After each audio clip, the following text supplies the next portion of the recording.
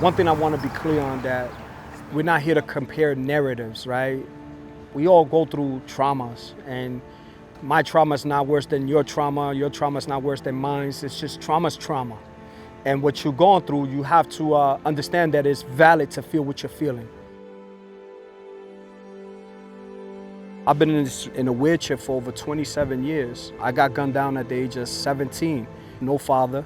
Back in the 90s, man, it's not like, you know, you had your local barbershop or your local individual. You most likely had certain dudes in the block, and those were the ones that influencing, or someone at home. Welfare recipients, drug abuse was huge in my household. And so through that process, I remember dropping out of high school. 2 years after that, you know, due to involving myself with gangs and guns and drugs in the streets, because that was my perspective of what life was. And so that ended me only getting shot 6 times, but I got gunned down in front of my mother at the doorsteps of the Bristol Courthouse Police Department.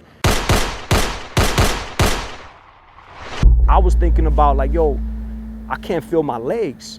If I had to describe my emotion, I was devastated. I felt less than. I felt like women wouldn't look at me any longer like they used to. I felt like dudes didn't have no respect for me because now they look down on me. I felt like I lost my masculinity. I felt devalued. I felt broken.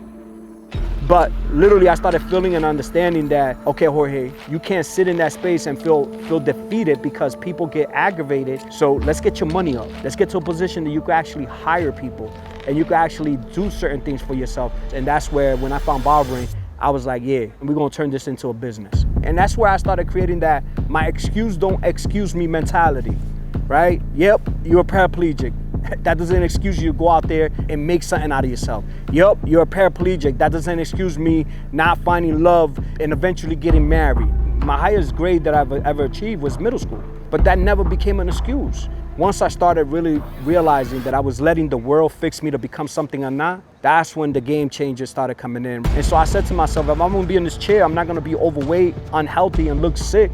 I'm gonna make this wheelchair look sexy. The chair I can't control, but what I can control is how I look, how I smell, and how I operate. The reality is that I started chasing Jorge and everything else followed. And so once I opened up to, to this opportunity that I had of becoming a barber, 20 something years ago, man, I'm telling you, it was nerve-wracking. It was scary. I didn't know what the end goal was, but I knew something different had to happen. And so, for the grace of God, man, I ended up at Rob Roy Academy. It was a life-changing for me because it really showed me how to go through process. And this is when I really, through this barbering school, is when I started really understanding the process of life, right? How to interact with people. It wasn't about just learning how to cut hair, but it gave me the tools of life, and not just life, business. We're more than just barbers. We're the catalyst to the world. We're what makes the world goes round and round.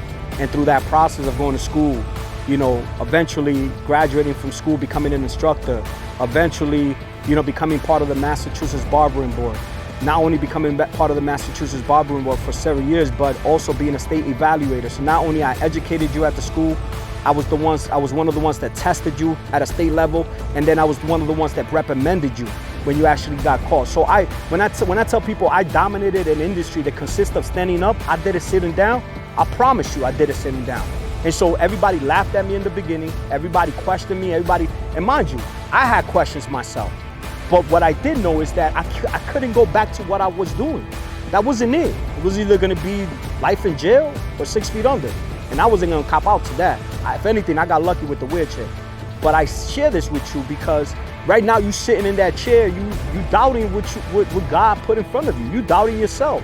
And so mind you, I come from a background with no education. I don't have no artistic, I learned the trade, right? So I don't draw, I learned the trade. But through that process, I found out my biggest gift is people. I know how to connect with others.